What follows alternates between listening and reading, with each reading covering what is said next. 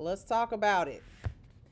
So, nail product chemistry. First of all, let me just reiterate that when you take your state board, we had a couple of people pass it this week. That's excellent.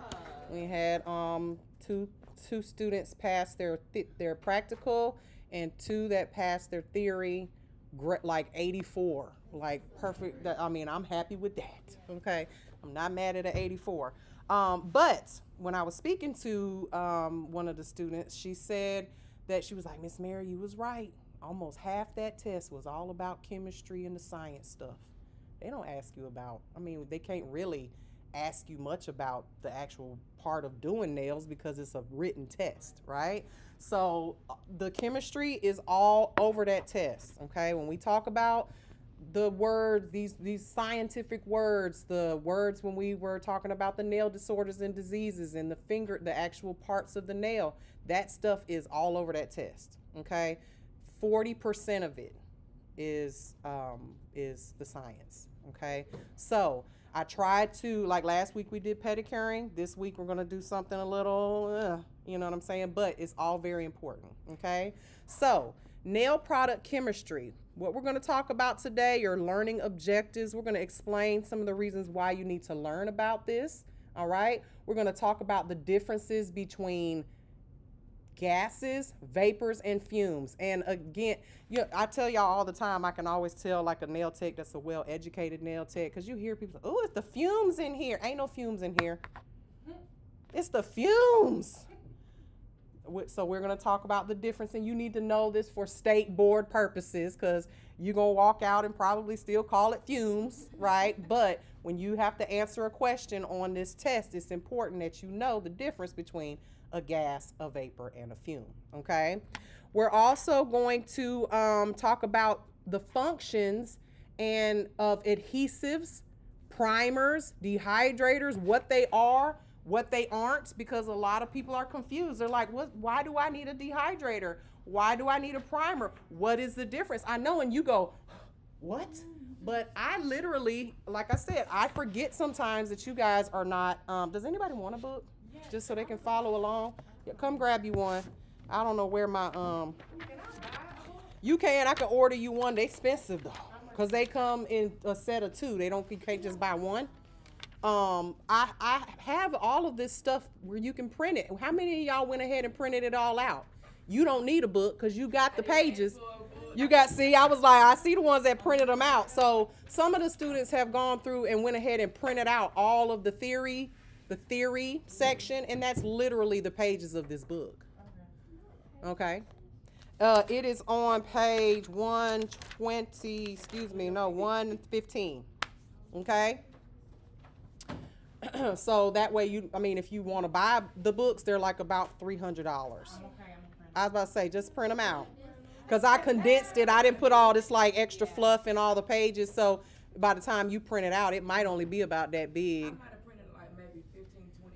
I do print that though, but maybe 15 pages, right, compared to having two big books. And I don't know,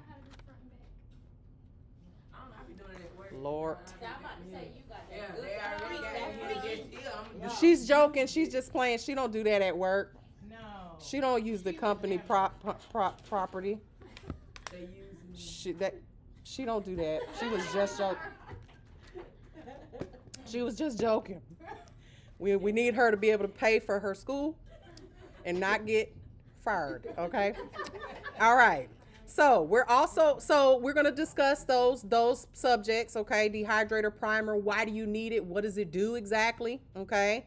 We're also going to talk about the chemistry behind adhesion. Why do things stick to certain things and why they don't? Some of y'all may have had this issue where you put the glue on the tip and you put it down and it's like, it's not sticking. What's going on? Okay, and there's reasons for that as well.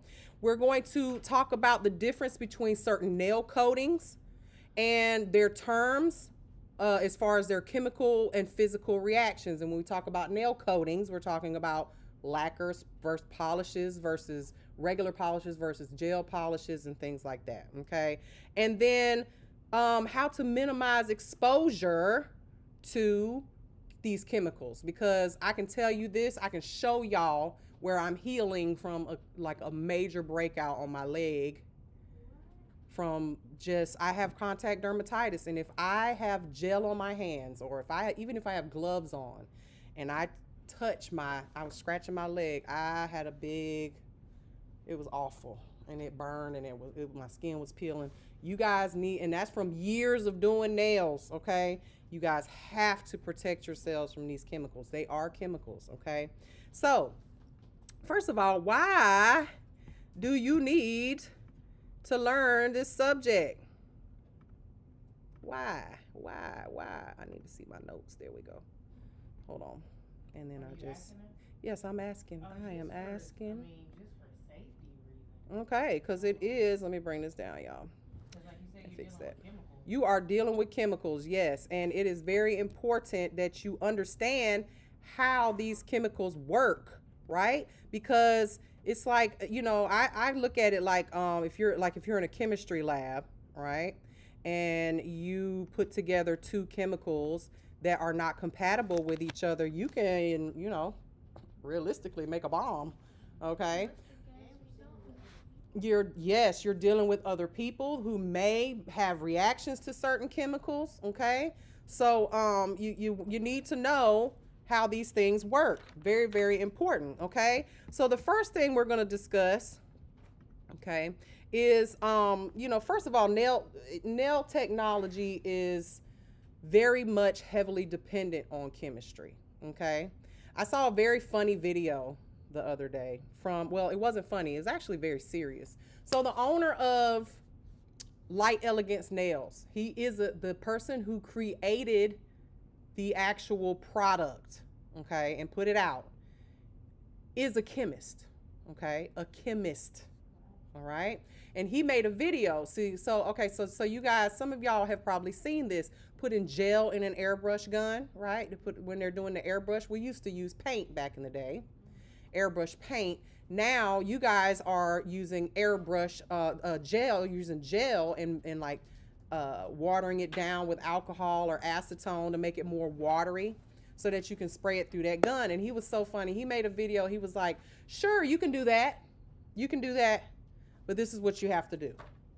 You're going to have to wear gloves, long sleeve shirt, wear your gloves, cover the shirt to keep the chemical from going up your, basically a full hazmat suit. He was like, sure.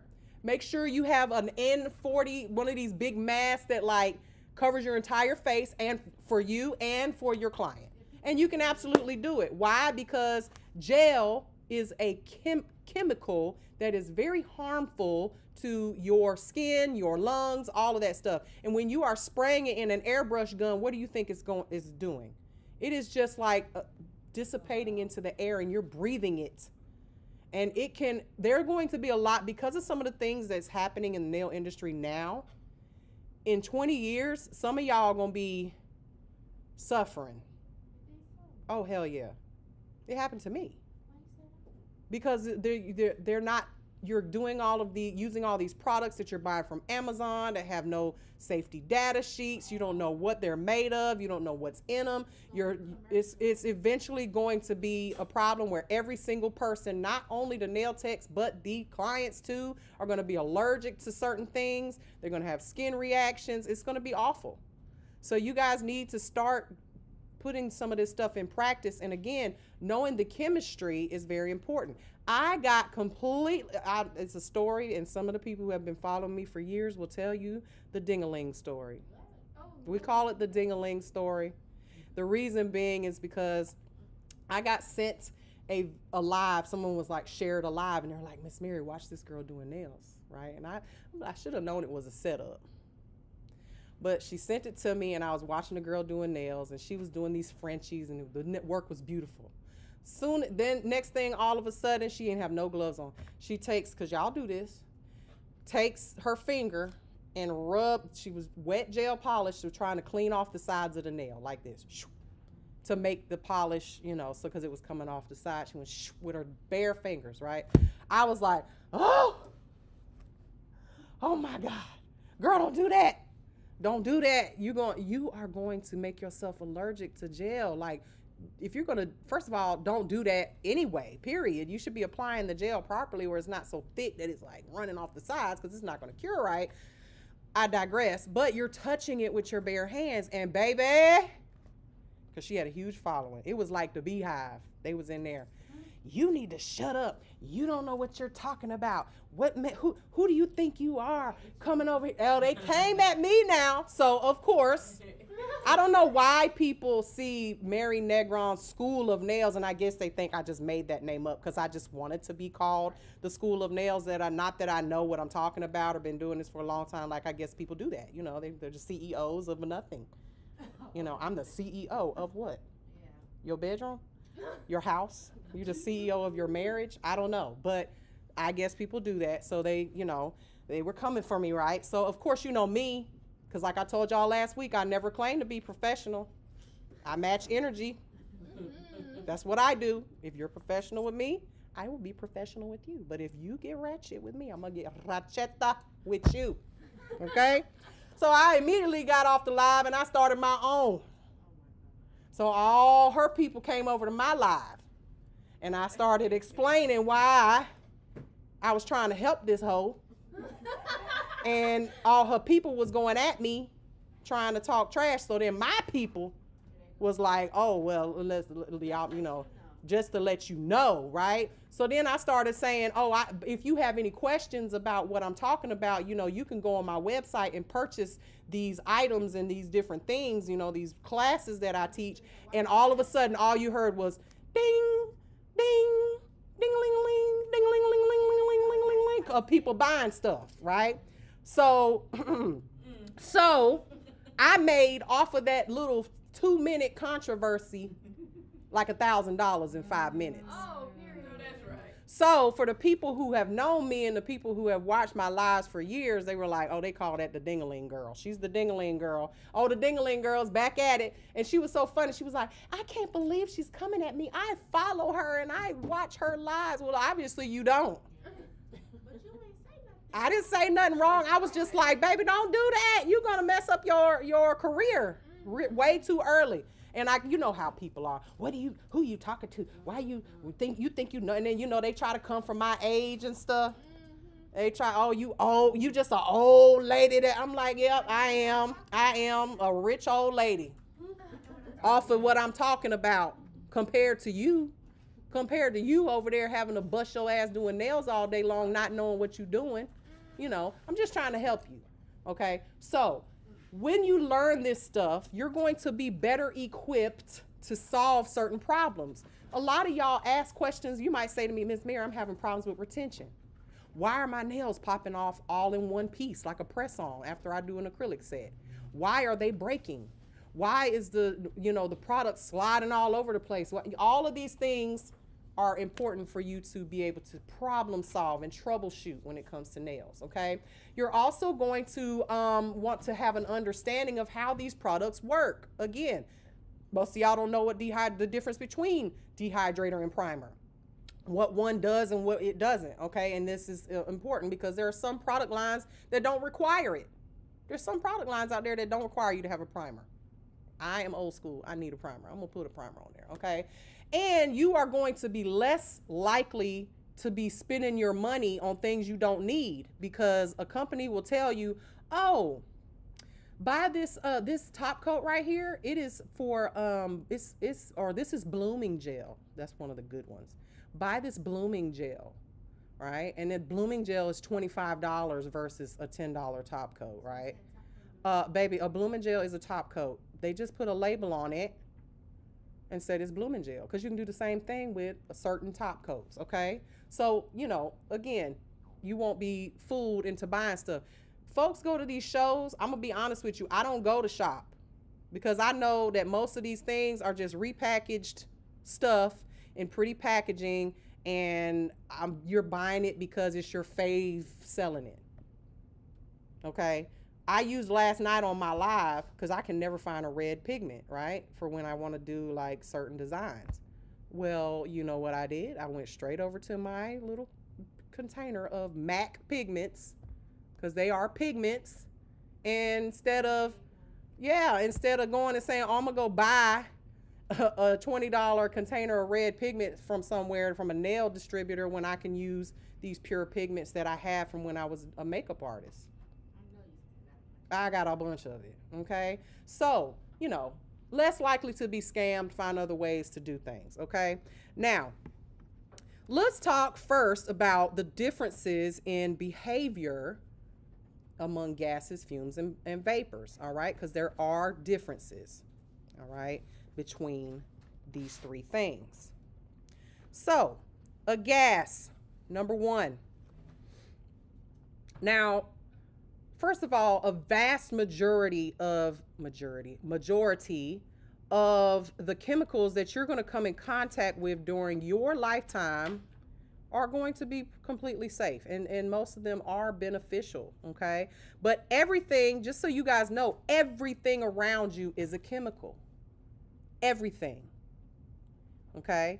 And what's the definition of a chemical, y'all? A chemical is simply a substance that obtained by a chemical process or producing a chemical effect. All right, and so it's water, okay, is a chemical, isn't it? Isn't it on the periodic table of elements? H2O. All right. So water is a chemical, and too much of it can be toxic. Have you ever heard of water toxicity? Drink too much water. All right. While something like poison ivy is all natural. But it shouldn't be a lotion. It shouldn't be an ingredient in lotion, right? We don't want to put poison ivy in lotion. So education on product ingredients is very key to safe and healthy services. So since people can't easily see the difference between a gas, a fume, and a vapor, these terms are often confused, okay? And again, this is important for state board purposes. So what is a gas? Can anybody give me an idea of what a gas actually is without looking in the book?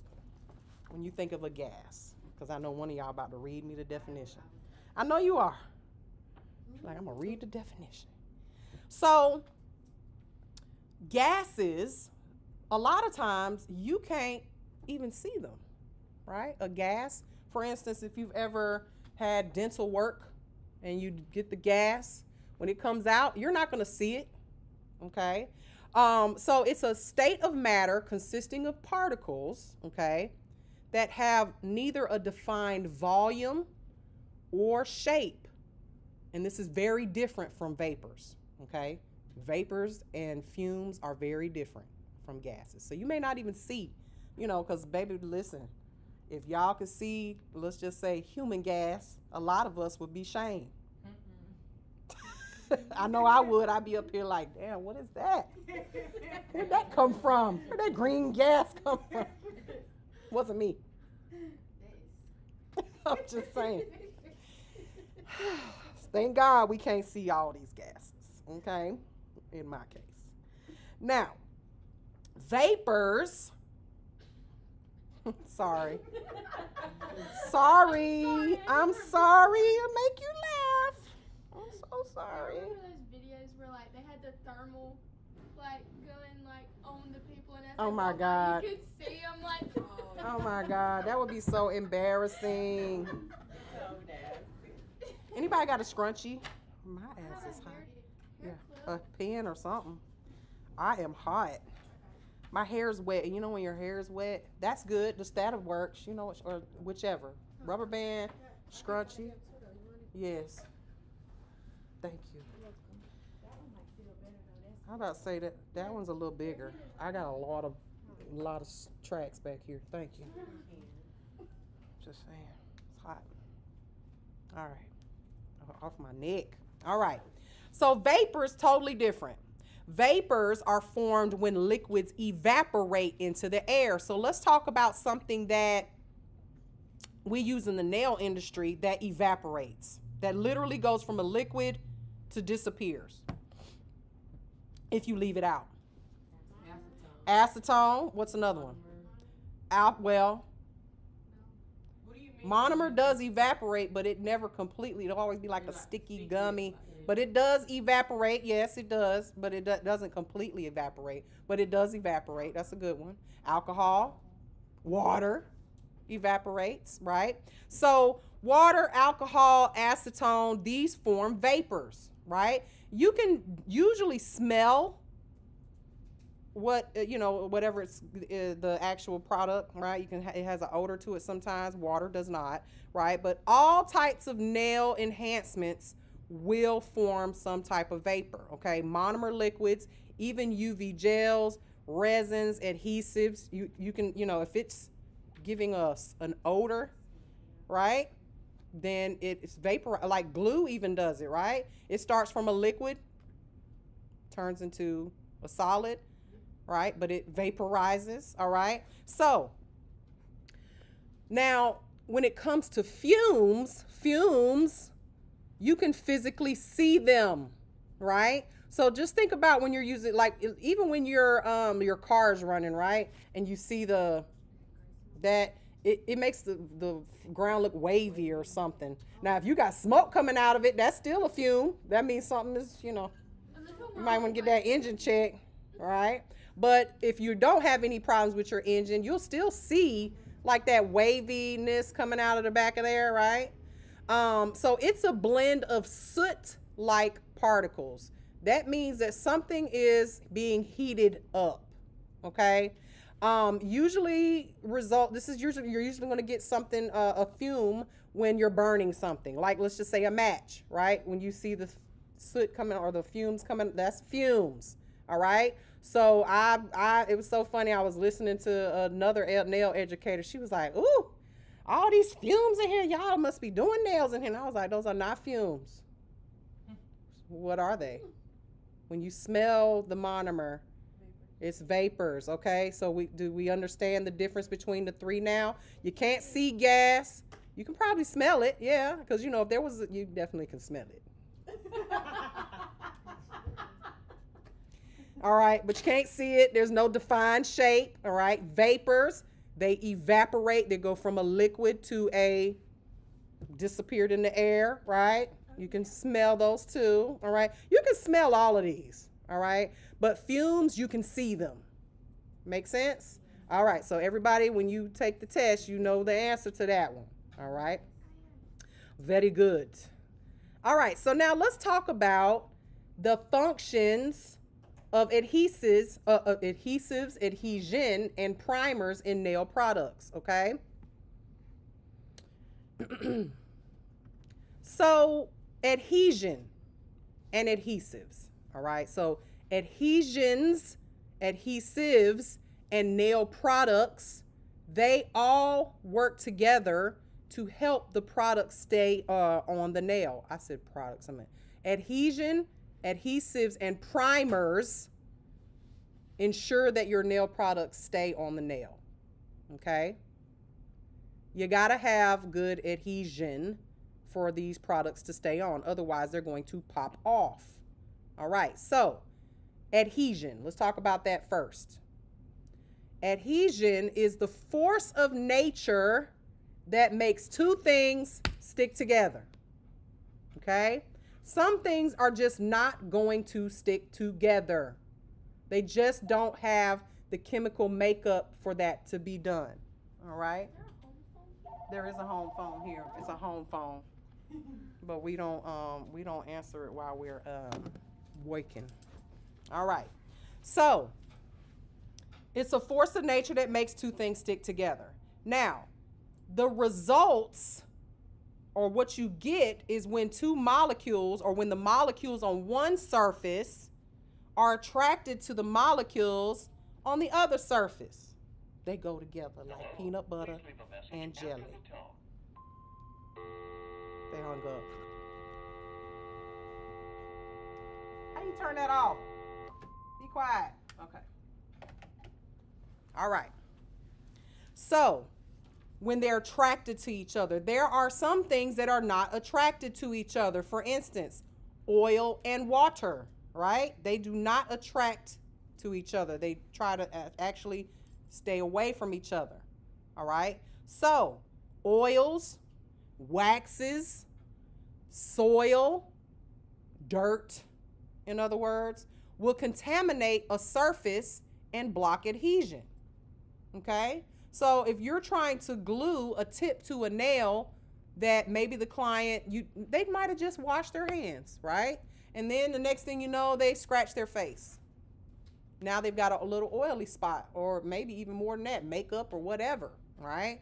Or if a client, runs their hand through their hair after you've washed, primed, and dehydrated that nail surface, you may have issues with adhesion. They might pop right off, right? So you have this information. Now you need to teach it to your clients.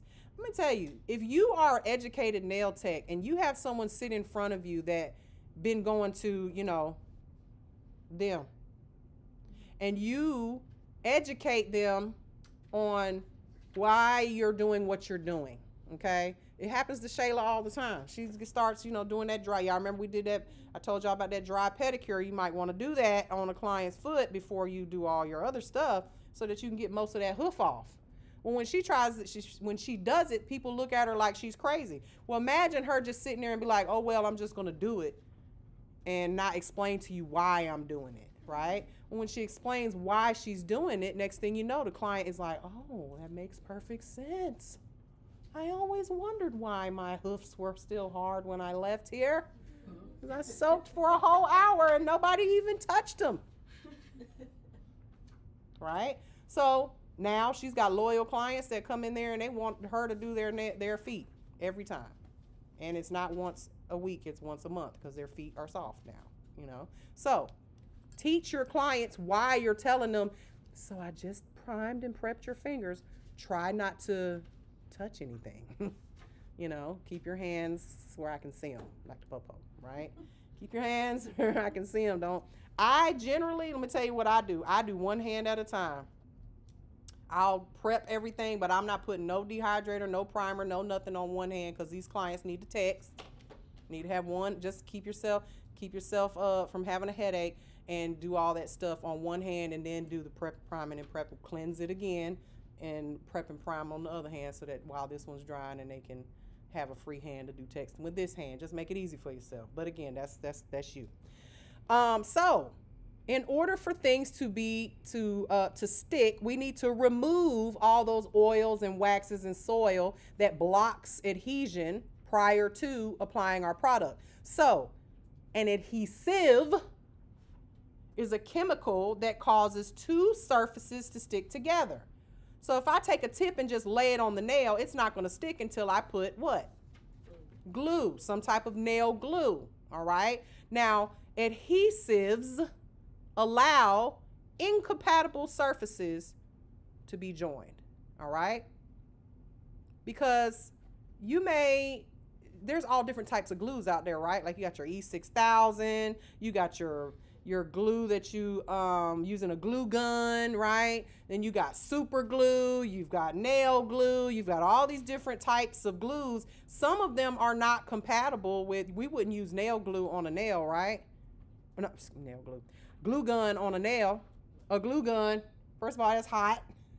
Second of all, it's gonna pop right off. So again, there's certain glues that we use in the nail industry. Now, many types of adhesives out there. Now, different adhesives are compatible with different surfaces. Everybody got that? All right, so let's move on to my next slide here. So, what is nail primer? Anybody know? What is it? Think about let's take nail out of it. Let's just say a primer. Usually it's something, let's just think about paint, right? Or when you see people getting their car painted or something like that. They always start with a first layer.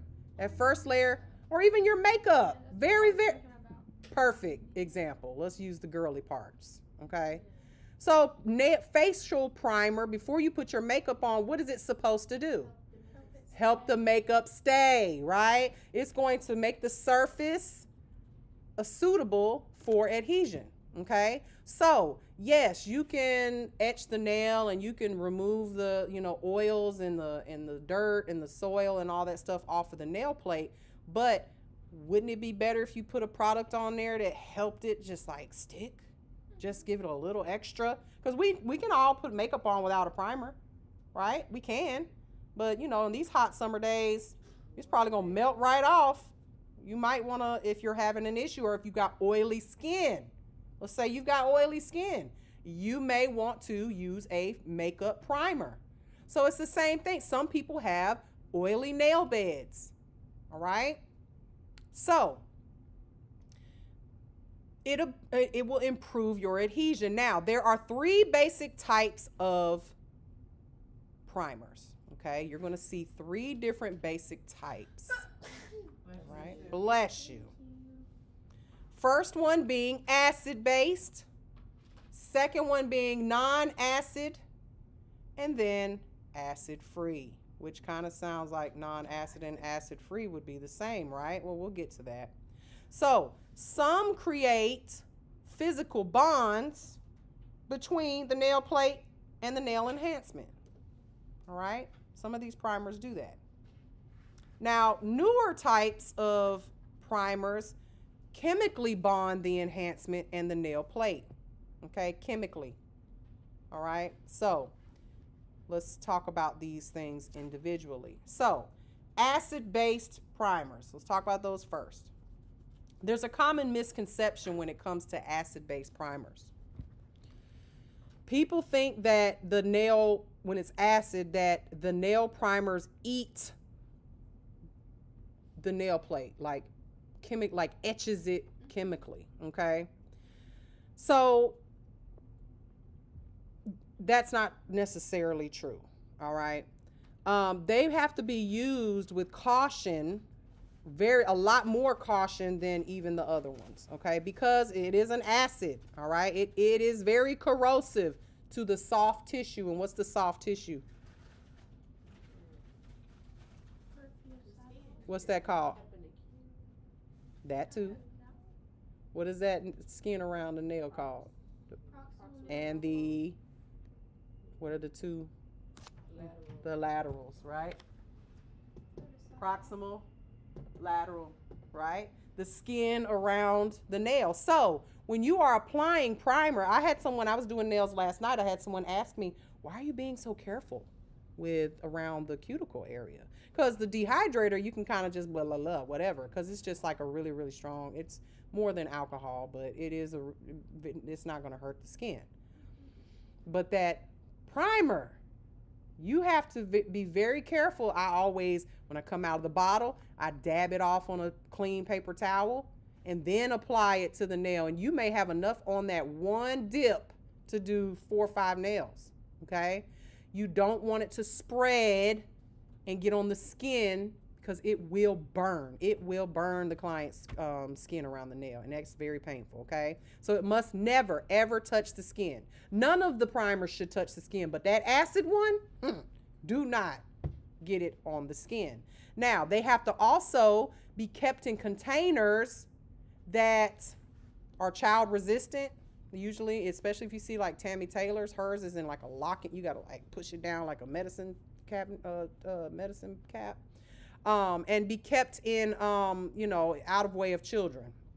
Hopefully you ain't got no kids in your nail salon. Some of y'all got them in your house with your nail products, all right?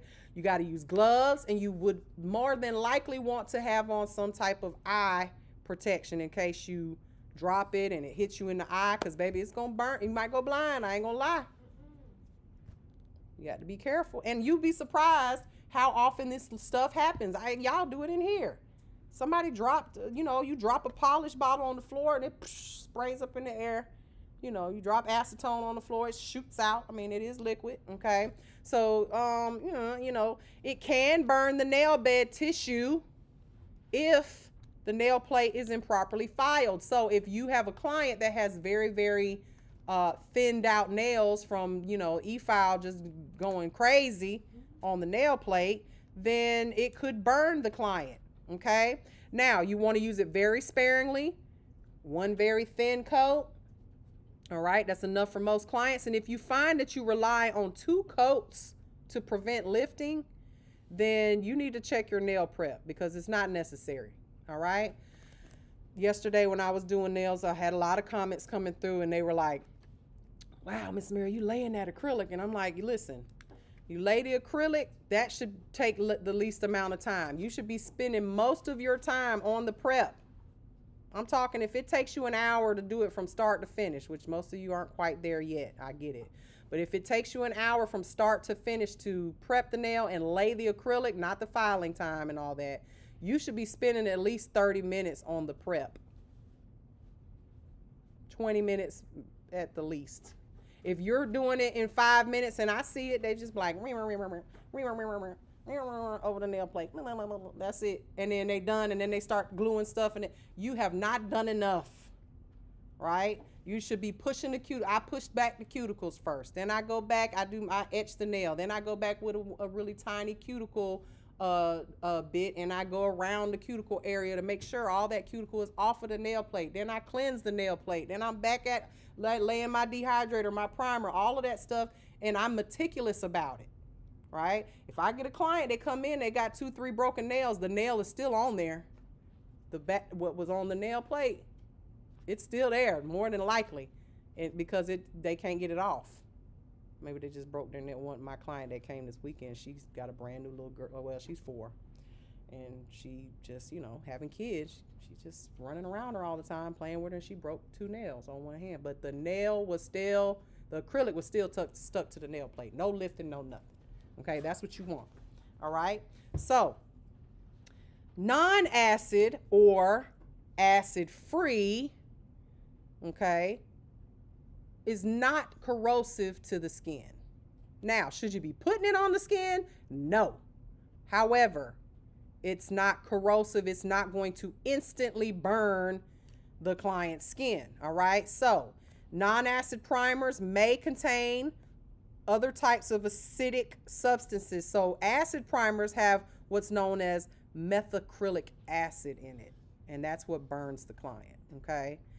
The non-acid or acid-free contain other types of acids. So listen to those terminologies, right?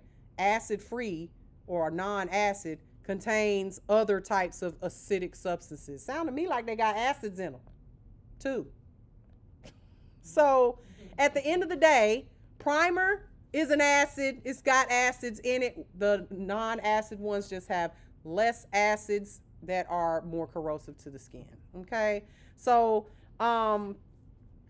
acid, like I said, different types of acidic properties, not the kind that would it's still acidic. There's a difference between y'all remember the pH scale when y'all were in high school or in chemistry class? It's something that was a neutral pH right in the middle, and you had negative and positive, right? So with acid-free primers, they contain no acids and have a neutral pH. All right, but again, there's still acidic properties, because oranges are acidic. We eat them. Make sense? So just because it doesn't have a strong acid that is burning the skin, it has acidic properties to it that are neutral. All right, so they still got to be used with caution and avoid the skin. All right, and prolonged and repeated contact to these chemicals can lead to what? Allergic reactions. Okay, you can cause yourself to be allergic to something. You might not have never had any problems with doing nails your entire life like me, and then one day you wake up and you touch monomer and your whole body breaks out, and you just can't. This is why I don't do nails full time anymore. Okay, it's why another reason why I moved over to the education side. If I do more than 3 clients in a week, I'm going to be suffering that weekend with skin breakouts. Yes, and not just on my hands. And my hands are the worst, but anything I touch on my body just goes stupid. Okay, so keep that in mind. Chemicals you can cause yourself to have a reaction to. Now, let's talk about the chemistry behind the adhesion of nail enhancements. All right, so let's talk about that.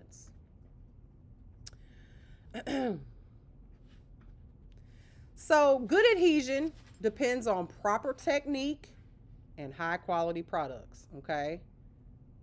High quality, not the Dollar Tree,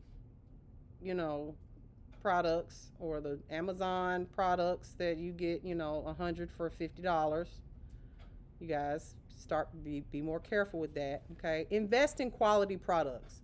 Now, I'm not a brand whore, but I do believe in quality products, okay? Now, washing your hands, scrubbing the nail plate to begin the service with a clean, dry surface is very important. A lot of you are having issues with retention for simple things like just allowing your client to come in, sit down, get started. I mean, not all of you, but a couple of you right now are having breakfast, right? So if you have your client and they're rushing to get their nails done, a lot of times they're late because they asked to stop at Starbucks. They ain't bring you none. If you're going to be late, please, and it's because you went and got you something to eat, please get me a snack too, so I won't be so mad at you. I'm like, okay, girl, it's all right. I'll give you a little grace this time, right? But what's on your hands?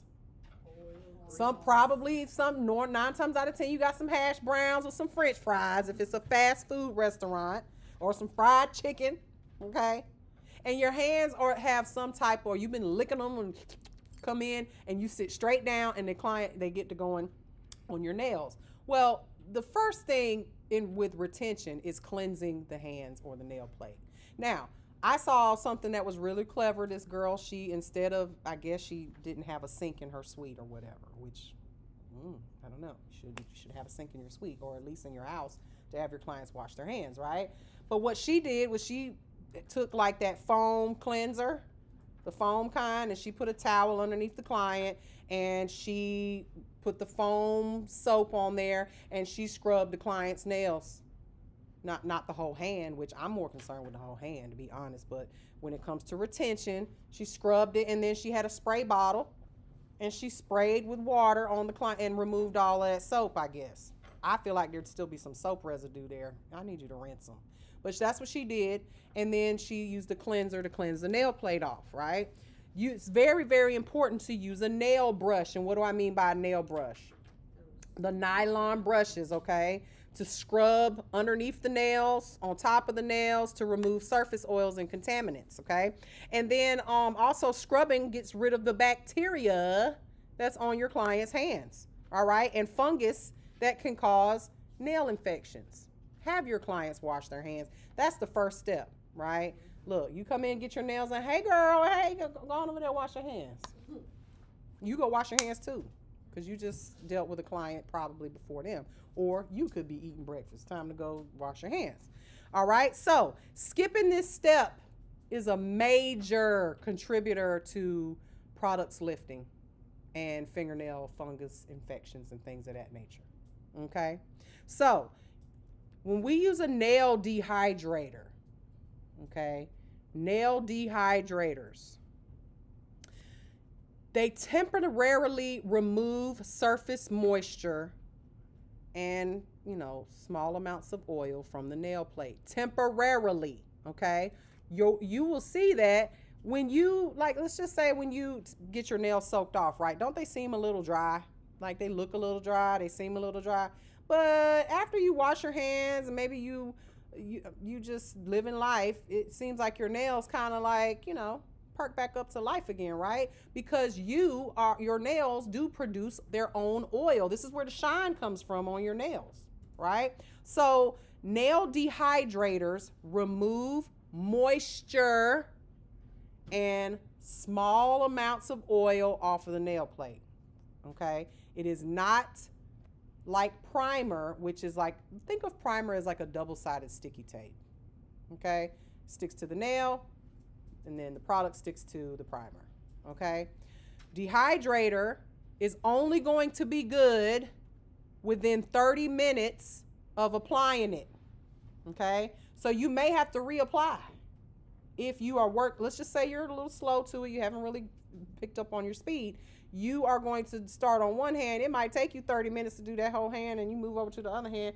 Well, if you dehydrated all of them and primed all of them, then now you got to redo this hand. Anybody ever notice that maybe one hand has better retention than the other hand? You ever notice that? Even with your own nails. right? If you're doing your own, you're like, why does my left hand always pop off? Probably because you did that, maybe you didn't wash your hands. Maybe you worked on this hand the whole time and you came back, an hour later and you like, I already prepped this hand. Now let me go back and do it. And well, now that one's going to lift probably because, you got to be ready. That's why I said I do one client's hand at a time because I know they're going to scratch their face. I'm not going to be paying attention. They're going to be on their phone. They got to dig for it in their purse or whatever the case may be. Okay. So remember that. Within 30 minutes, the natural normal oils are going to pop right through that nail plate again. Okay, so you're going to need to re-dehydrate. All right, so avoid over filing. This is something that you guys are so accustomed to seeing these nail salons shred the nail to pieces, right? You think, oh my God, I have to, in order for this tip to stick, I have to completely, I need to see pieces of nail sticking up off the nail plate after I take a file and just go, okay? First of all, this is a myth, a huge myth in the nail industry that nail enhancements and tips do not stick unless you rough up the nail. This is not true. I teach you guys to lightly buff the nail, like lightly. Just remove the shine. That's all you need to do. You do not need to go over the nail plate with a sanding band. It's not necessary unless that sanding band is a super fine one, which I do use super fine ones from time to time on clients that haven't had their. Last night I had one that hadn't had her nails done ever in her life. Now I got all the girls at Harley Davidson. I do all their nails now, all of them, except 2.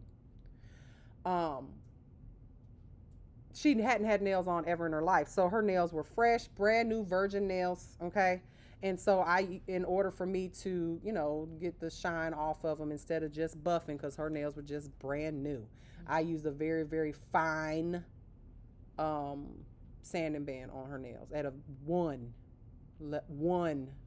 barely turning. Okay, so avoid using heavy grit abrasives on and heavy-handed filing, because you can use a soft abrasive and just be heavy-handed and tear up the nail plate. Does anybody remember how many layers the nail plate is made out of? 50 or less, right? 50 or less. So we want to keep as many of those layers as we can. All right, so too much downward pressure and improper use of electric files, even hand filing, you can over file the nails, and then the thinner nail plates create a weaker foundation, and nail enhancements are your foundation. Your enhancement is only as good as the foundation, right? Build a skyscraper. If it's on mud, what's going to happen? It's going to sink down, fall down, right? So you need to have a good foundation. So excessively roughing up the nail plate can cause a few things, all right? It can cause the nail plate to lift and separate from the nail bed. It can cause clients to be more susceptible to infections and funguses, okay? It can also cause nail enhancement service breakdown and lifting, breaking, free edge chipping, products separating or curling away, allergic reactions, and painful friction burns to the tissue of the nail bed. Now, here's something that some of y'all did not know. Because, okay, let me ask y'all this. How often should you take your nails off and just leave them off, like, let your nails breathe?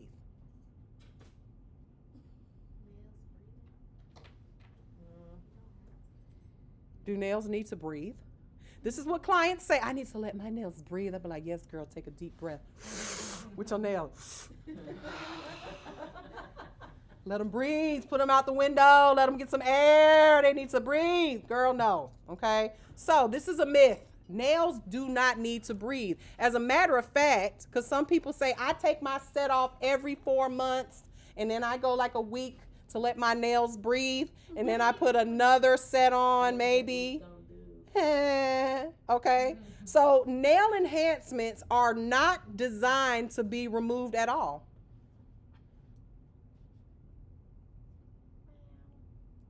Y'all all know that one girl that got nails out to here and they're all her real nails because she just keep getting fill-ins and keep getting fill-ins and keep getting fill-ins. So why her nails growing so good if they need to breathe? I feel like if you suffocate something, it's gonna die, right? So product removal is probably the most damaging service that can be performed. Whenever you take your nails off, especially if you're doing the Pop 'em out. Credit card. the pop off method, bloop bloop bloop bloop. Look, no damage. Nails be looking like they're just screaming.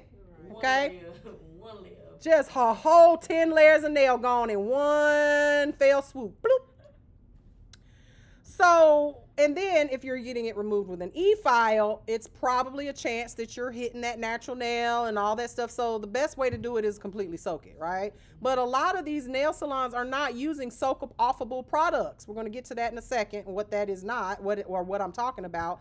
But even when done carefully, complete removal of products can damage and dry the nail plate out, okay? So it's best to leave the enhancements in place and only remove them when clients no longer want to wear them. Can you believe that? It is a myth that you need to take your nails off. You don't ever have to take them off. And there are people that never take them off. Now, let's be honest here, okay? Acrylic, the longer you've had it on, it starts to break down. It gets a little yellow. It starts to crack. It gets a little crumbly. And that's when people like tend to soak it off and then do like an overlay, right? But if you're wearing gel, which you guys will learn when we get to the gel chapter, gel is impenetrable. You can do gel enhancements and put those on your nails, and you may not never have to remove it because it will just stay strong, okay? Well, like I said, we'll get to that when we talk about gel. So it's better for the nail tech to leave them in place and keep them properly maintained. What is maintenance, y'all? Fill-ins, right? Refills, fill-ins, rebalances, things of that nature, okay? So that's probably, you know, like I said, that's like a big aha moment. Oh my God, I had no idea. I had no idea. Why does it say I have an appointment today at 10? Who is coming at 10? Oh. I don't know why someone said they were getting Gel-X because we don't do Gel-X in here. But anyway, people be booking all kinds of weird stuff. At 1 o'clock, somebody got an appointment.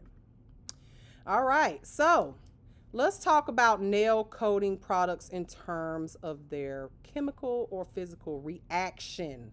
We talk about a physical reaction. We're talking about the change that happens with these products. So one of the most important tasks is to apply that we do is applying coatings to the nail plate. I mean, we can do a manicure on somebody and leave their natural nail, right? But they're going to want something on it 9 times out of 10. Like polish or Gel-X, like I just mentioned. They may want some type of acrylic, right? So coatings, products that cover the nail plate with a hardened film. That is the definition of a nail coating, all right? So examples, nail polish, top coats, nail enhancements, and adhesives. What is an example of an adhesive that we use? Right? But when do we just use glue on the nail? Anybody know what type of nails those are?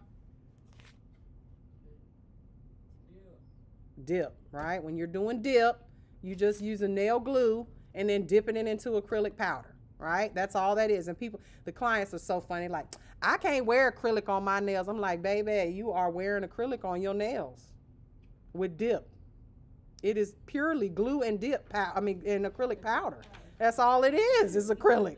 What you mean?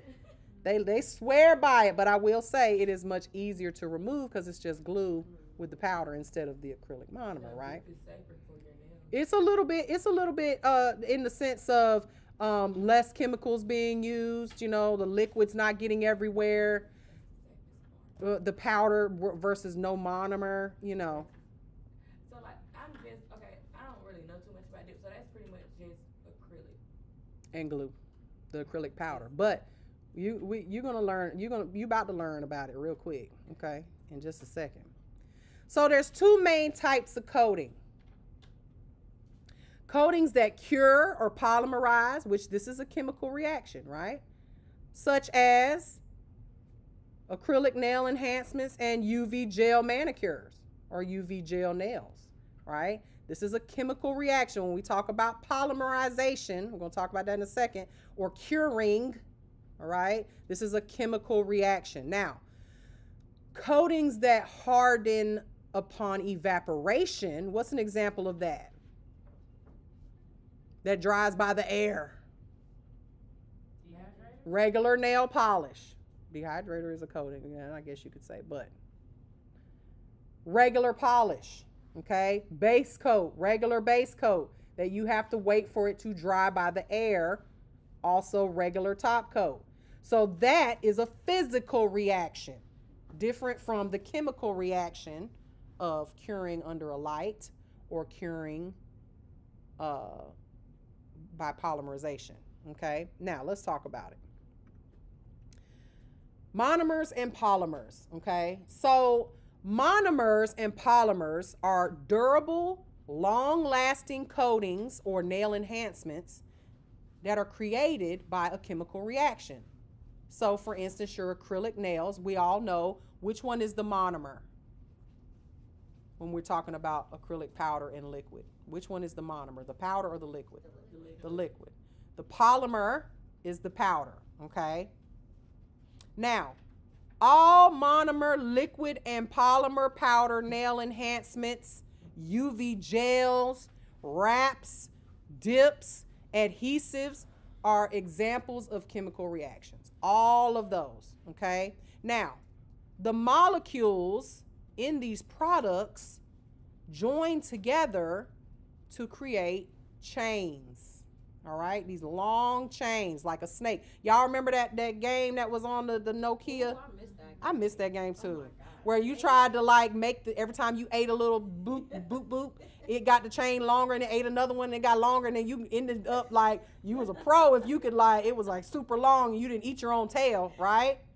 So the molecules in these products, the molecules in the liquid and the molecules in the powder or the polymer come together and form chains until they got a really long chain.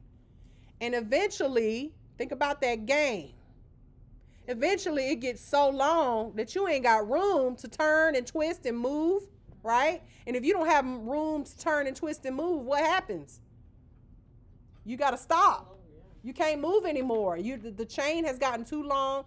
And so that's what happens quite literally when these products come together and the chains get longer and longer and longer and longer and longer. And eventually there's so many of them on that nail that it stops and it gets hard. That is what's happened. That's what polymerization is. Okay.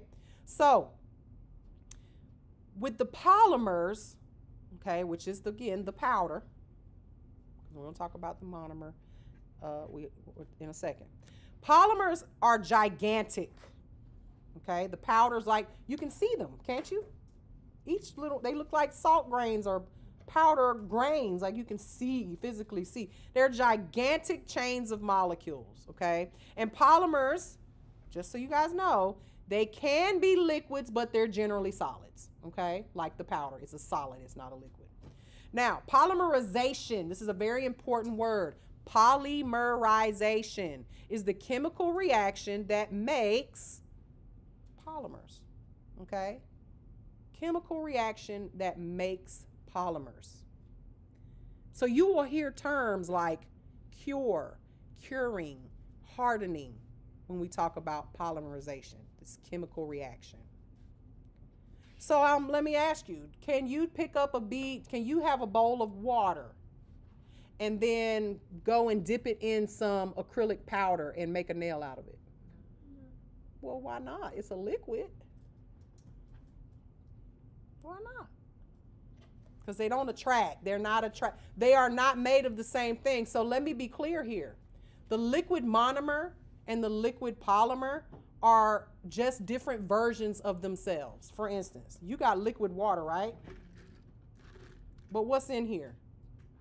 And isn't that water too? Well, what about when it evaporates and it goes up in the sky and it just disappears, but then it comes back down as rain, right? Then you got snowflakes. Is that not water too? So it can take different forms. The reason why monomer and polymers can work together is because they are the same. They are attracted to one another, right? Just different forms of the same thing. They are acrylates, all right? So there's different types of polymers out there. Here, everything technically is like a polymer, right? You got Teflon, nylon, hair, wood, proteins, and our nails are made of a lot of different proteins, including what was the main one that our nails are made out of?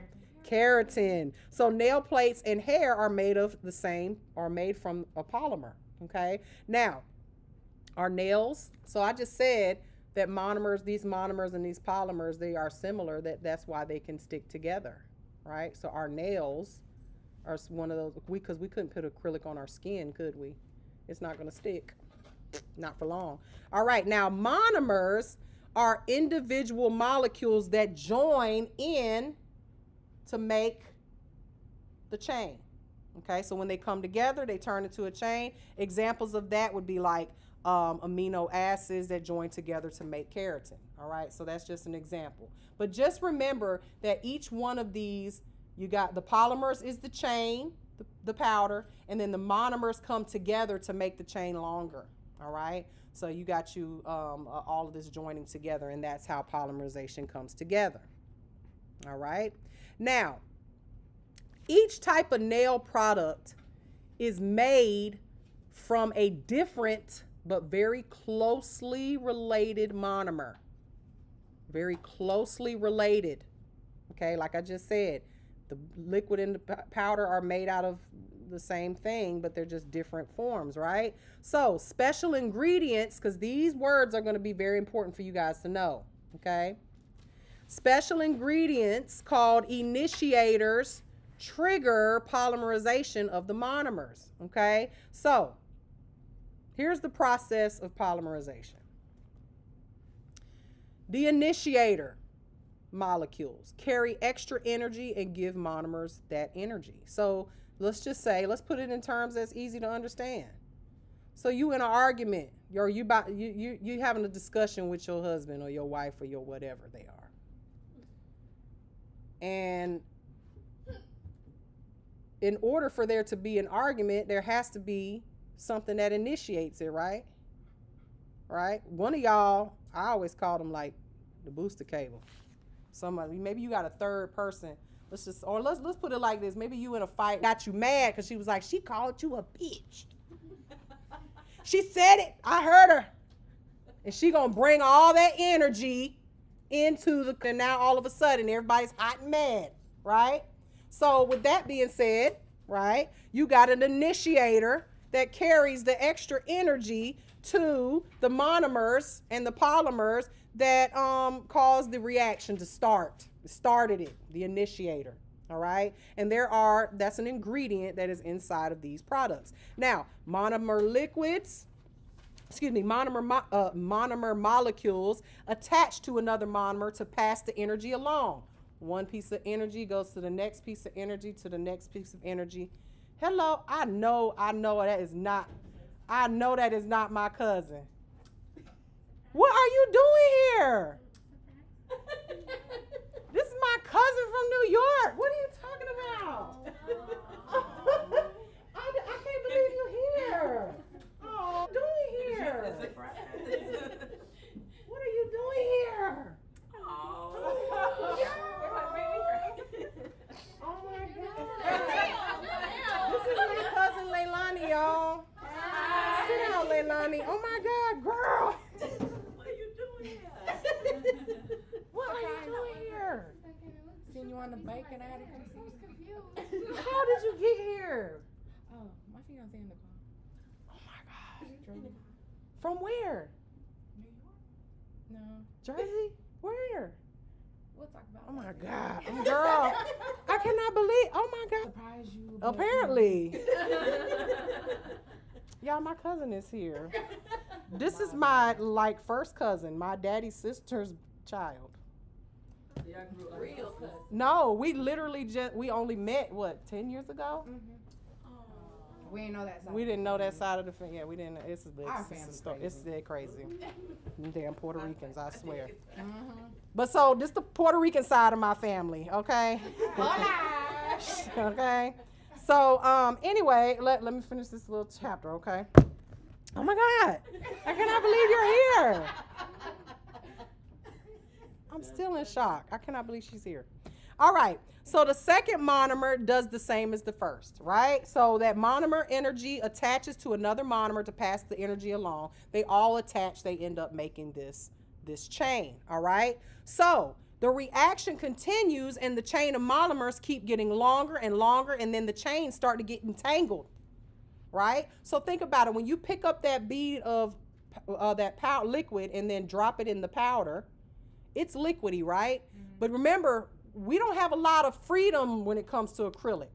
We got to work fast. Why, y'all? Y'all know that a lot of y'all are doing this, but you don't know what's happening. You don't really get it, right? Until you're going to get it today, though. So you pick it up, and immediately after you pick it up, it starts to do this thing where it's getting tighter. We'll just say getting hard, right? So you pick up the bead. Well, what about when you pick it up and it's still really, really wet, and then you touch it down and it just goes everywhere, right? You guys need to be careful when you're laying it on the nail bed that it has started the polymerization process. And how do you know that it's doing that? It starts to look like. You can look at it. What does it look like? I don't know. It's like crystals, kind of. It's kind of. Right. Okay. So what I always say, when you first pick it up, it looks like wet sugar, right? And then if you look at it and just hold it for a second, what does it start to do? It gets smooth like a pearl, right? So we call it like a pearl, right? So you can see, so that means that the polymerization process has begun. It has started to come together. Instead of being separated little crystals, now it's starting to go, oh, okay, the liquid is now putting itself inside or attaching to those polymers, and now it's starting to get smooth. So then you want to wait. So you want to wait before you drop it on the nail for that to happen. Right. Make sense? You pick it up, you hold it, and then you put it on the nail, right? Don't put it on there too soon, because then it's going to go blah, all over the place, right? So monomer chains, they get tangled, and then the product starts to thicken. And you know from playing with acrylic, maybe you waited too long, and now you trying to push it and mash it down. And it's just like, and then this is what y'all do. You dip it back in the liquid, don't you? You dip your brush back in the liquid because you think you're going to add a little bit more liquid to it, and it's going to all of a sudden get smoother again. You can't go backwards. Those chains are linked. You can't unlink them and let them link again, right? So what you're doing is you're adding more liquid to that client's nail and skin, and you're going to cause them to have an allergic reaction because you've got all that monomer all over and another thing that happens if it's too wet, it spreads all over the cuticle, and then you do this right here. You go around it with your brush, try to clean up around the edges, and what are you doing? Putting monomer on their skin, okay? So learning ratio and polymerization and knowing when your product polymerizes is so very important to not only your client's health, but also to the integrity of the nail. Because if you lay it down at the cuticle area and it's too polymerized too much, and you got this little, it won't lay down, and you're trying to pat it in, pushing, it's just gonna lift. It's gonna lift because it's not properly polymerized before you put it on there. So, chains are too long and crowded to freely move once it gets hard, it can't move anymore, right? The chains are all crowded together and they're just in there and they can't move, and that's when you have no longer have the freedom to move that acrylic around. And it happens within seconds, right? You've got maybe 30 seconds to work with a bead before it starts. It just depends on the product because there's different products out there, okay? So but here's something that a lot of you guys probably don't know, that it takes several days before the chains reach ultimate lengths, okay, which explains why nail enhancements usually become stronger after 48 hours. You think they're hard and they're completely cured once you put it on, but it really takes 48 hours for them to completely cure, 100% cure. I had this discussion last night on the live. A lady was like, I heard that UV gel doesn't cure, just it takes longer than just putting it in the light. I'm like, you're absolutely correct. It takes 48 hours for it to completely cure all enhancements. Okay? So, initiators get that initial energy that passed them from either heat or light. So, let's talk about that heat, because y'all know what I'm talking about when we talk about that heat, right? Tell your fiance you can come in. He can park anywhere. This big open space. So initiators get that energy and they pass on the energy with either heat or light. Okay, so what are we talking about with heat or light? Because there can be initiators in UV gel that you need to put it in a light to make it cure, or the initiators are in acrylic, and y'all ever felt it before? Yeah. That heat spike, and because it happens with both products. You can have a heat spike with acrylic, and it usually happens on a big nail like the thumb. Why is that? But what are you really supposed to do? Or the Because I know they pinky. spray Mine has alcohol. been on the pinky. There, I was so glad you said that, because that is so I was gonna say that's not what you're wrong. supposed to do. So what? It does not stop anything. Okay? So, one of the reasons why first of all, let me back up. So, there are things called thermal initiators, right? Thermal initiators. So, the heat from the room or the hand can cause these liquids and polymer powders to cure faster. For instance, I don't know if how long y'all been alive when it came to nails back in the old days. Leilani, you remember that time we went and got our nails done? Or you got your nails done, because Leilani is a nail girl. But you remember back in the days when if you wanted, because they would be putting this acrylic on really fast, and they were trying to move fast, because in these chop shops, they try to get you in and out, right? They would take your hand and put it under the bulb. Oh, yeah. You remember that? Why did they do that? And y'all just did it because they said do it. But why were they doing that? Because they're trying to dry. What's the right word? Cure. They're trying to make it cure faster. Okay? So they would put it under that bulb, and that heat would make it cure faster, so that they could hurry up and get your ass out of there, right? Because the faster they did, the more money they made, right? Well, now we don't have those bulbs anymore. I don't know about y'all, but I don't even have those bulbs. We got LED bulbs now. And sometimes I can always tell a client that's around my age, because they do this under the bulb. And I'm like, what you doing, girl? They be like, I don't know. I'm just putting it there because that's what I always do. And I'm like, put your hand on that bulb and see if it's hot. You know, you can touch a LED bulb. It is never hot. Okay? So there's no heat coming from it. Okay? So thermal initiators are inside of acrylic, okay? Inside of acrylic, definitely liquid and powder systems, thermal initiators. If you are in a hot environment, let's just say, let me give you a little story. So when I go to Nigeria, it's hot everywhere.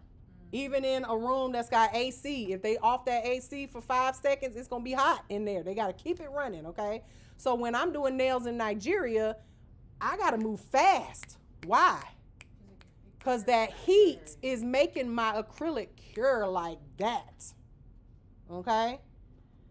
Now, if you are in a hot environment, like your temperature of your room, if you're doing acrylics, all right, the room that you're doing acrylics in needs to be somewhere between 75, 78 degrees in order for you to not have to be rushing really fast to do this service, all right? So keep that in mind, all right? Also, there are other monomers and stuff out there. They are slow setting monomers, right? To help you be able to move if you're slower at doing nails, and that way you can have time to move around. But just keep in mind that the temperature is very important. Your client's temperature of their fingers is very important. If the client has cold hands, it may take longer for their product to set on their hands than anybody else. Now, photo initiators. What is that word, photo? What do you need to get a good photo? Light, right? So what do we what products have photo initiators in them? Gel, okay? It requires light to initiate the setting of the product, okay? So when it's exposed to UV, used by UV curing products, it will cure, right? All right, so that's easy to remember. So a catalyst, that other word up there, because these are important words. A catalyst speeds up a chemical reaction, and it makes the initiators work more efficiently by helping those chemical reactions happen more easily. So it's a catalyst is going to speed up the reaction. Now you might have a fast setting monomer or fast setting powder. Think of like Young Nails. Anybody use Young Nails? They have what they call speed acrylic. So inside of their powder, they've got extra catalysts in there to help it move faster, okay? There's chemical word names and different chemicals that are considered catalysts, but they are a catalyst that helps it move faster. So you can expect it to have those particular ingredients, all right? Now, everybody understand those words so far, what a catalyst is, an initiator, photothermal, okay, and what polymerization is. Now, this last one, an oligomer. Oligomers are short chains of monomers, and the growth halted before it became a polymer. Let's break that down. What did I just say? It didn't never get to grow. It never got to be long. It's short. So that means none of something, it stunted its growth. It never got to become hard or cured. So when you guys think of gel in the pot, right? Remember I said all of these things are the same. They're just different forms of each other. Because some of these terms we get understanding gel nails. We got some. Exactly. Yeah, Right. oligomer. So, yep, they are all in the same. They're, you remember that from when, yeah. So an oligomer, a gel. So gel is stuck in the oligomer state, meaning it's syrupy, right? So it's not a liquid, it's not a powder. It never got to actually be hard because the light hasn't hit it yet. So it is acrylic that's stuck in that phase. You know when you're laying your acrylic and it gets like thick and it's kind of like pasty and it's like gel. That one little spot where it right in between of it being a liquid and being hard, it's right there in the middle. That's what gel is. Gel is acrylic powder and liquid all in one, but it's stuck in that phase. It never got to grow. It never had any of those extra molecules that made it become a long chain because it has chemicals in it that require the light to make the chains hard or make it cure, right? So that's so when you think of gels, just think of they are basically an oligomer. Okay, so these can be joined quickly and easily into long chains and create polymers once the light hits it. All right, and there are certain ingredients in these gels that give that sticky consistency. Okay, again, have you ever used gel before and then when you put it on, it's got that sticky layer, right? That inhibition layer, very good. All right, so we're not going to get too deep into what that is because we'll talk about that in the gel chapter, but you need to know these chemistry terms, all right? So, simple versus cross-linking chains, all right, polymer chains. So, a simple polymer chain is a long chain of monomers attached at head to tail, okay? So, they link together head to tail like a circle chain. The wraps and tip adhesives form this type of monomer. So when we talk about wraps and tip adhesives, we're talking about glue, nail glue, okay? These tangled chains can easily be broken. How do we break these chains? How can you break the chain of a glue and make it dissolve? Acetone, okay? So these chains are easily unraveled with solvents, a solvent being acetone. They can also be unraveled by force, and how does that happen? breaking the nail or tearing it off, ripping it off, okay? Easily damaged. They can be easily damaged by impacts or heavy stresses. A stress can be maybe you're bending the nail, your nails are too long for whatever you're doing. And then, dyes and stains can also get lodged in between these chains, like nail polish stains, marker inks, foods. So acrylics and glues and things like that can absorb. Just think about a chain. If you had a chain and you dipped it in some mud, is there going to be mud in between the little links? Yeah, because there's link. The links this is a simple link. It's not tight, super tight, okay? So it can easily be dissolved. Think of like a chain link fence, the type you used to jump when you used to sneak out of the house at night. Y'all don't remember that? Oh, that was just me. Oh, okay. The ones you can stick your shoe in and you can actually climb the fence. You know what I'm saying? No? Oh. I know what fence you're talking Sorry, Mama. I used to climb my fence every few nights and jump right over that fence. Now, girl, you ain't lived. That's why. You still young. All right. Well, you can't you can't sneak out anyway nowadays because it's a camera everywhere, and folks got you open the door, it's like ding ding dong dong, sends a notification to your mom and daddy's phone, and she done snuck out. I wish, boy, I'm so glad I was born in the 80s. That's all I'm gonna say. All right, life was different back then, much simpler. Sneak out all night long. Pause life 360 though. You can pause that in a heartbeat. Well, so the next type of chain, okay, so we've established that so what would you say acrylic is it a simple chain, or would it be a more thicker chain or more condensed chain? You can soak off acrylic, can't you?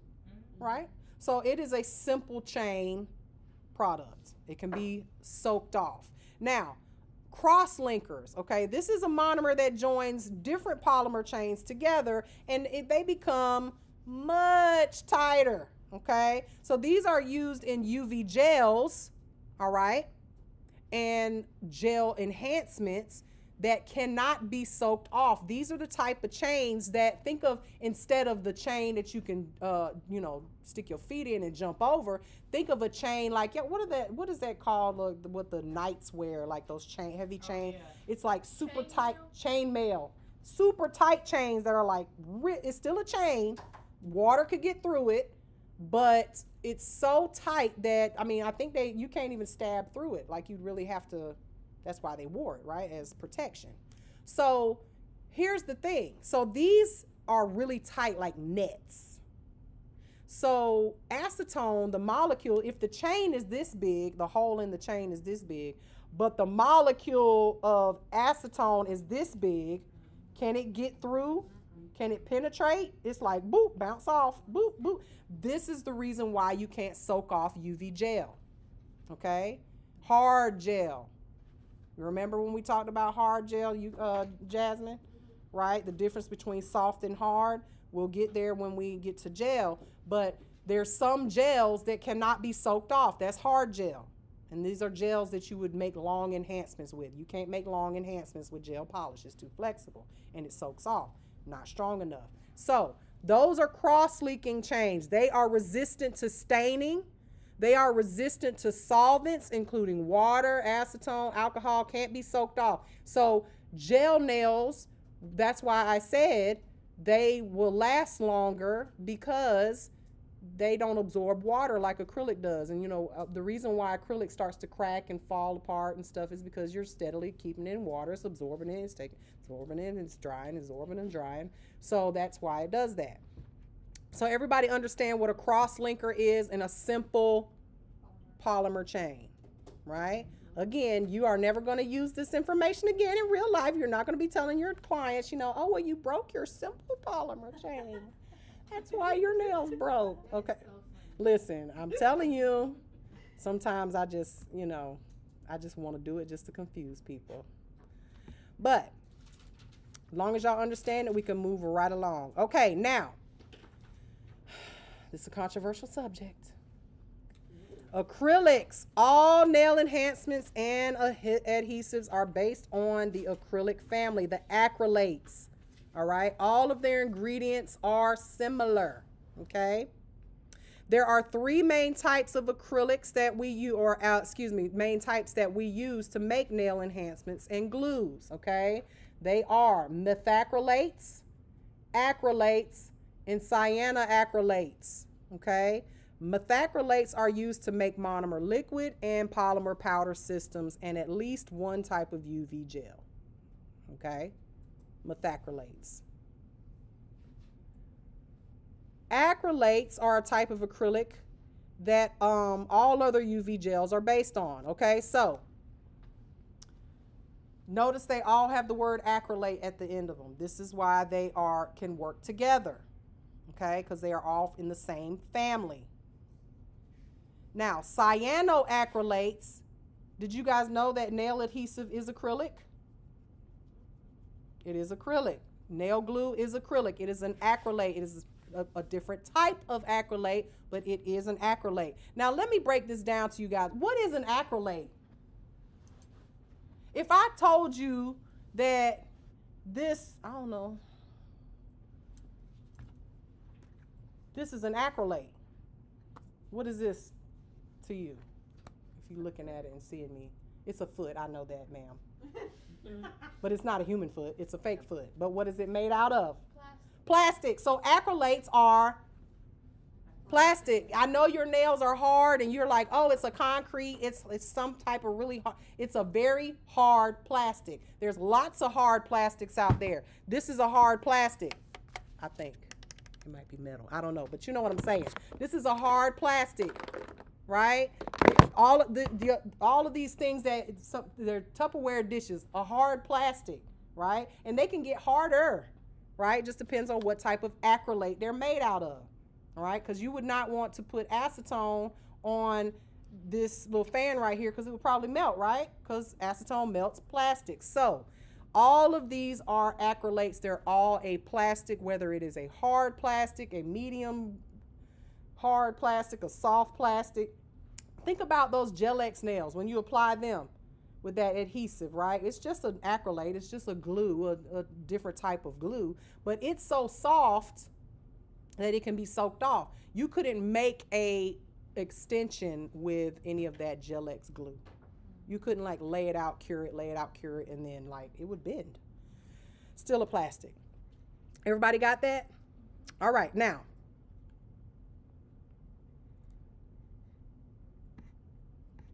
Methyl methacrylate monomer. What is that? Methyl methacrylate monomer, otherwise known as MMA. We hear this term a lot, and I want to dispel some of the myths about it, okay?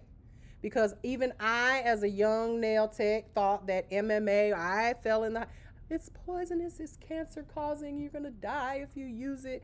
That's not true, okay? Methyl methacrylate monomer, it's the monomer, okay, has a lot of uses, okay?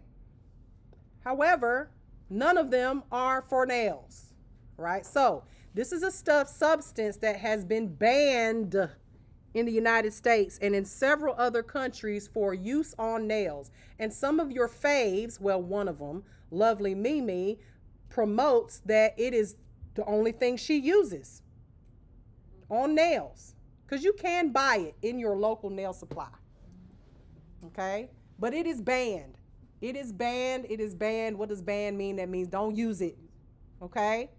Now, a lot of people still continue to use it in nail salons, and when properly used, MMA is a safe substance and used in many applications. For instance, bulletproof glass. Bulletproof glass is not glass, it is a plastic, okay? Very, very hard. It can stop a bullet, okay? Do you need bulletproof nails? Ma'am, if you have bulletproof nails on, when you hit something, guess what's going with it? Probably your fingernail plate and the bone and everything else. You're going to break something. The nail ain't gonna break because it can take a bullet, but it's gonna cause some pain, okay? And this is one of the reasons why they have banned it for use on nails, because it's way too strong, way. And a lot of times, if the nail does not break, it can cause your entire nail. It is created for permanent adhesion. For instance, they make another use for them is dentures. Our industry started in a dentist's office. Did y'all remember that from the History of Nails chapter? Our industry started there when it comes to acrylics.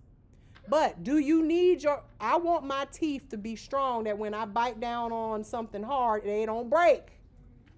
My nails, on the other hand, I need them to break so I don't break my finger or break my sole, because that's what it feels like when you break a nail, right?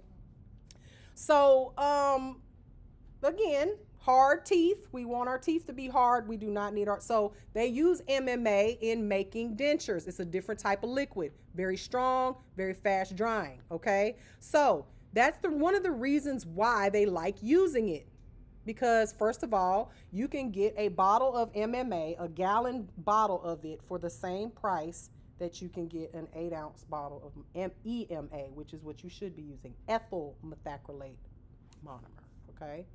So here's the problem with it and why you shouldn't use it, okay? Not because it's poisonous, not because you're gonna die, you're gonna give yourself cancer or some type of weird, myth that's out there. The reasons why you don't want to use it is because it does not adhere well to the nail plate. In order for it to adhere, this is why they shred your nails to shreds when they do your nails. And when you take them off, they look like little pieces of wood that have been just like, pulled off, right? When you snatch them off. So you have to destroy the nail plate in really rough to make it stick. So that's number one. And we don't want to do that. Didn't I just tell y'all that earlier? You really just need to buff the nail. With EMA, all you really need to do is just buff it, remove the shine. Okay? It also creates nails that are rigid and difficult to break. Okay? And if, again, you want the nail to break when you punch somebody in the face, you want the nail to break, not your finger. Okay? Just saying, don't go punching people in the face. When they're jammed or caught in something, that overly filed nail that you needed to file it to death in order to make it stick is now thin, and the natural nail plate often comes off with it. So you will see, if you go online and search nail injuries from MMA use, you will see a lot of times the entire nail came out, just the entire nail. Okay? MMA is extremely difficult to remove, which causes nail damage. Remember, I said it's designed to have a permanent adhesion. So when you soak it, you will know. Let me tell you how you'll know. When you soak off MMA, which I had a client of mine, I had to take hers off. It took an hour to get it off. What it does, like our product, if you've ever noticed, when you use EMA, you put it in the acetone and it just kind of flakes off. You can like rub it, it just kind of it eventually dissolves completely. You could let it sit in there and you could just flake it off. MMA, it just absorbs the acetone. It gets fat and it turns into this gummy, looks like a booger on the nail. You know those things, that plastic stuff that when they send you something in the mail and something stuck to it and then you like play with it, let it. That's what I used to do. Yeah, and it's that clear gummy stuff. That's what it does. And it will gum up your e-file bits, and it just rolls on there. And then you try to get and you're like, oh, it's stuck on there. And then you try to soak it. It still don't come off. You got to use the scrubber thing to get it off. It's a mess. It's because it's not designed to soak off. So that's why lovely Mimi, she's the bane of my existence. I'm just going to say. Because I get so tired of trying to unteach y'all the stuff that you see on the internet. And she's just loud and wrong. Just pop it off. I just do the pop off method. There's no damage to the nail. Meanwhile, she shows the client's nails and they are damaged. Very much so. Yeah, you do the pop off method because you can't soak it off. Because you freely and openly say that you use illegal products on your clients. You ought to be ashamed of yourself. But who am I? The most important reason why you shouldn't use it is because the FDA, y'all know who that is? Mm-hmm. What does that stand for? Food and Drug Administration And most state boards of cosmetology say don't use it.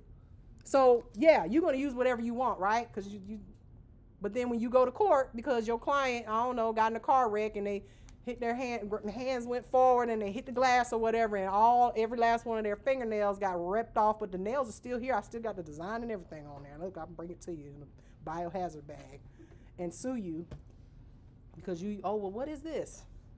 Oh, you used MMA instead of legal nail products? I'm gonna sue you. Cause my name is Karen only on days that I need a little extra money. Okay? Just call me Karen. And because I know the law and I know the rules, and people who know the rules, those are the Karens. Those are the ones, aren't they? HOA said you're not allowed to park over here. Ain't those the ones? Yeah. Call me Karen. That's my middle name when I'm ready to sue you. Okay? And they will sue you too. All right? So, MMA, and it never says MMA on the bottle. It always just says liquid. Y'all stop buying these products that they already pre-packaged and it just says liquid. At that place? Mr. Johnny sells it. Liquid. Don't buy it. Sorry, Johnny. Don't buy it. If it is not in a actual product bottle, do not buy it. It's going to be cheap. It's going to have that big ass bottle for like $12. Meanwhile, my bottle, same 8-ounce bottle, is 30, 38, 36 or something like that. Because it's expensive. It's supposed to be. It's professional nail products. All right, moving right along. So, evaporation coatings, nail polishes, top coats, and base coats, they do not polymerize or cure. There's no chemical reaction. They contain no monomers or oligomers. They are simply a polish, like a paint, okay, that air dries. They work strictly by evaporation. And the majority of those ingredients are very volatile. And what do I mean by that? I mean that they are flammable. Okay, polishes are flammable. Special polymers are dissolved are used to dissolve these. Like what? Anybody know? What do we use to remove regular polish? Acetone or polish remover. Okay, y'all, we only use the polish remover in here. What's the reason why we only use the polish remover? In real life, you don't need to buy a polish remover when you become a nail tech. Okay, just use acetone. But we use the polish remover for them plastic hands because we don't want to melt those tips if we're doing manicure after manicure. The polish remover has less acetone in it. Okay, now as these they are not cross-linked. Okay, so they dissolve easily, and as solvents evaporate, they leave behind a smooth film. Okay, and that film can hold pigments, which gives it color. All right, so again, you can add pigments into this polished base to have colored polishes. Now, they contain plasticizers. That's a word that you may want to know. And these are ingredients that keep the products flexible. All right. They also contain UV stabilizers, this is an ingredient that keeps the color stable. Okay. And prevents sunlight from causing fading or discoloration in the bottle. Some of those polishes over there, I just recently got rid of like 200 bottles. We had so many polishes, they were piling up everywhere. You remember that day I'm giving y'all polish. But some of those polishes I had for 15 years. They will last that long because they have these plasticizers and stabilizers in them, and you just, shake them up. The light doesn't affect them or anything like that, like gel polish. Whereas gel polish, you notice they're in a bottle that you can't see through because the light can cause them to cure inside the bottle. All right. Now, remember that because these are not as strong as cross links, these are simple chains, right? Wouldn't they be considered simple chains? Regular polish? Because they're not as strong as cross-linked or acrylics and gels, or gel polish, they are prone to chipping and easily dissolved in other chemicals like your dishwashing liquid and stuff like that. This is why when you get manicures back in the day, they would tell you, use gloves when you're washing dishes so that you don't mess up your nails. All right. Now, here's something that's very important because I hear this all the time. Clients I hear this phrase all the time. Well, this is better for you. Acrylic is better for you. Gel is better for you. Gel-X is better for you. There is no such thing as this better for you, honey. There's no such thing. That's a false claim. All of these products will work for anybody. The difference between what is better for you and what is not better for you is the nail technician. You need to be a skilled and educated. There's a lot of skilled techs out here that ain't got a stitch of education. They couldn't tell you what a dehydrator does or a primer does to save their life, but they can do the most beautiful nails you've ever seen. But they couldn't tell you why the nails are chipping. They couldn't tell you that, oh, you need to use a hard gel versus a soft gel because this for extensions versus this because this is this. They don't know. They just trial and error their way all the way through their nail career. And they are the ones that end up with these disorders and stuff like that. It's these, chemical reactions giving them, chemicals giving them allergic reactions and stuff. So your job, okay, as a nail technician is to make sure you are preserving the natural nail plate at all times. The natural nail health is your job. Yes, we put on nails. Yes, we do all that. But if you don't care about the client's natural nails, then you're not helping anybody, especially not yourself, okay? So proper application and removal, what is better for the nail? At the end of the day, a highly skilled, educated, and conscientious nail professional. Okay, so good nail techs, they protect the health of the natural nail, and that's your job. When problems occur, you should be able to troubleshoot it, right? For instance, when you're doing gel and you're like, oh my God, the gel is like bubbling. Why does that happen when you do like black nail polish and then you look at it and it looks like a waterbed under there? Do you know why it's doing that? Not yet, but you will, right? You need to know why your products are doing what they're doing, and so you can fix it. Because the worst phone call you ever get, this is the worst phone call as a nail tech for me, when I just did your nails yesterday and then I see a text message from you 2 days later, I know what it's about. What is it about? Because they don't usually call you until, girl, I need an appointment or whatever, 2-3 weeks later. When they call you or text you 2 days later, that's when you go, oh, damn. I got to sit with her another 2 hours and fix whatever I didn't do right? Because they're calling because they either broke a nail, something came off, something peeled, something chipped, and you're like, they want you to fix it, right? So, you got to know this stuff so that you don't have to go through that. So you teach your clients what I'm teaching you.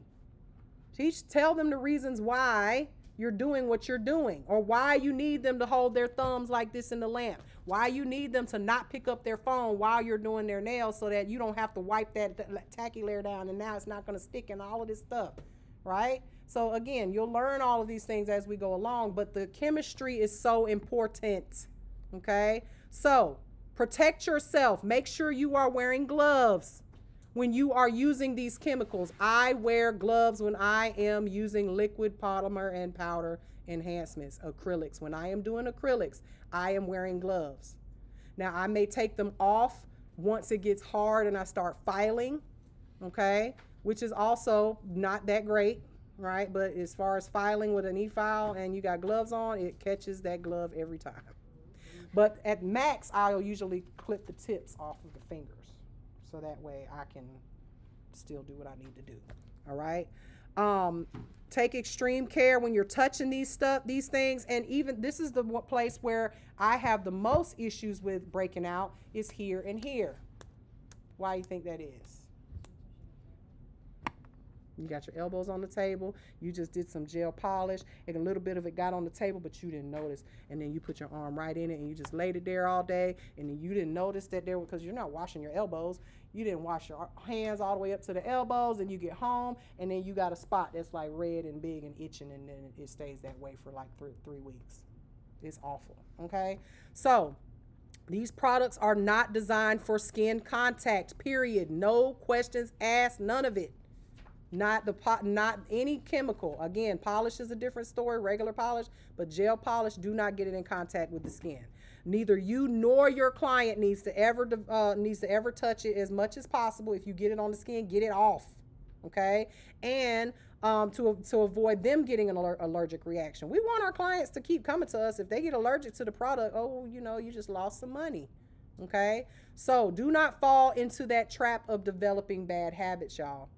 Always follow the manufacturer's directions when using different coatings, okay? Remember that. It's very important. We only got 3 more slides here. Hello, darling. Shayla's here. We missed you. What you got on your hair? Are those little locks? I thought she had little locks locked on her head. What are those headphones? Oh, okay. I now see them. Sorry. All right. We're almost done here. All right. So, how do you minimize exposure to these substances? Well, first of all, people think that toxic substances are dangerous poisons. Like, that's not always the case, okay? Everything on earth is toxic to some degree. Didn't we just say water is toxic? You can have water toxicity. So when somebody says something is non-toxic, that's not altogether true, is it? I don't care how non-toxic the crowns in the crown box are, but if you eat 20 of them, you might feel a way afterwards. You definitely gonna have some colorful stuff coming out of you, that's for sure. Okay, so this is a made-up marketing term with no precise scientific meaning whatsoever. There's no such thing as non-toxic. All right. So this guy up here, his name is Paracelsus, okay? He was a famous physician. He explained that all substances are poisons in some way. That there's none that is not a poison. Even think about it, we eat food, some of it's killing us. It's killing us, right? I don't care what you could say, you eat grass all day. Eventually, it's going to kill you. If you eat too much of it, you're going to be a big old fat cow, right? So only the dose differentiates the poison and the remedy. How much you eat versus how much you is keeping a healthy balance with things, okay? So to understand how to safely use and handle your products, there's things that you are given if it's a professional product, and that's known as a safety data sheet, SDS sheets, all right? These will basically give you all the important safety information that will help you protect yourself and your clients. It will tell you if you get this in your eye, you need to either rinse it out with water or you need to carry your ass to the ER because you're about to lose an eye. Okay? So it really just depends on the product. But again, you need to have these safety data sheets available. And a lot of products will come with that. The ones on Amazon do not. Okay, so don't think that everything is exactly the same. Now, we talked about chemical, contact dermatitis, which is again what happens to me whenever I touch monomer and polymer and stuff like that and get it on my skin. But overexposure, that is the word that causes it. Overexposure determines toxicity. So prolonged, repeated, or long-term exposure can cause a sensitivity. If you you may touch bleach one day and it doesn't bother you, but if you stick your hand in that bleach for an hour, what do you think is going to happen to your hand, right? So prolonged exposure can cause sensitivity, all right? So here's a little something that they want me to mention to you guys. So during the removal process of some of these nail enhancements, your client's fingertips, right, they must be soaked in acetone. So the best way, because people say, oh, acetone is so bad for your hand. It's not, okay? You have small traces of acetone in your blood. But breathing is it fumes, vapors, or gases?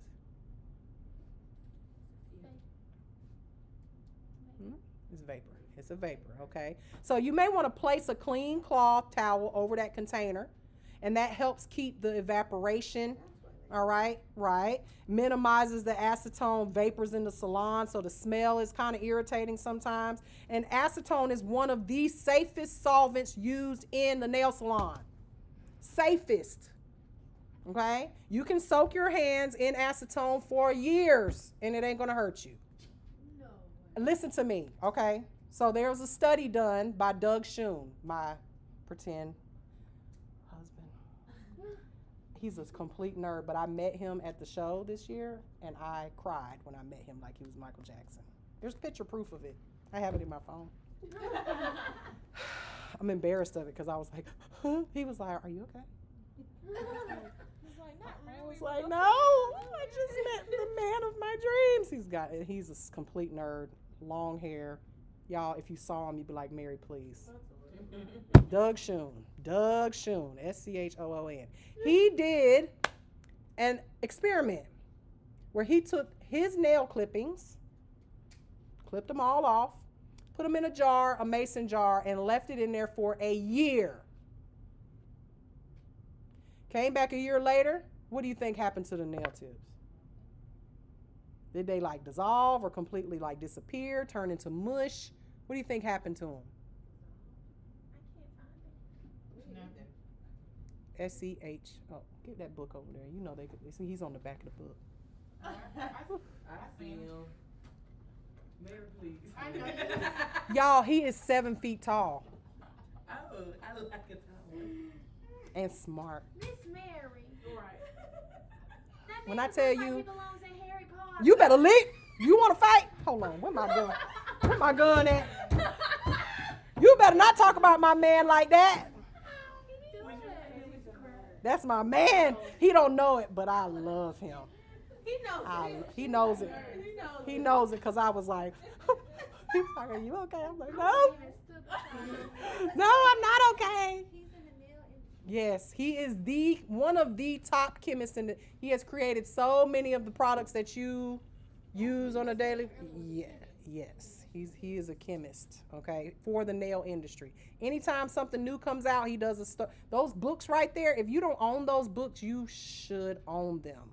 Every question you have ever had about nails, he's got an answer for it on the chemistry side, okay? So, again, what we were talking about with the acetone, the nails had no damage. They were still flexible. They weren't brittle and fell apart. A year soaking in acetone, pure acetone, and they were perfectly fine. Okay, so stop with the fear mongering on the internet that, oh, you can't soak. Quit popping off people's nails and soak them people's nails off. It's nothing, it's not going to hurt you. Okay, acetone is not going to kill you if you keep it in there. Okay, it works quickly. It's a good solvent for artificial nails, but it is highly flammable. All right, so be careful. Don't be smoking and all that stuff while you're doing your nails. All right, and that's the only thing you'd have to worry about. We don't want to blow up. No, back in the day when I was a bad girl, you're not supposed to tell all that about you. Yeah, you did. You said all of it. So before she became a student, she was a client, and I've known her since she was in diapers. Okay, so yeah, so we've done things while I did her nails because she's like a child to me. Okay, my niece.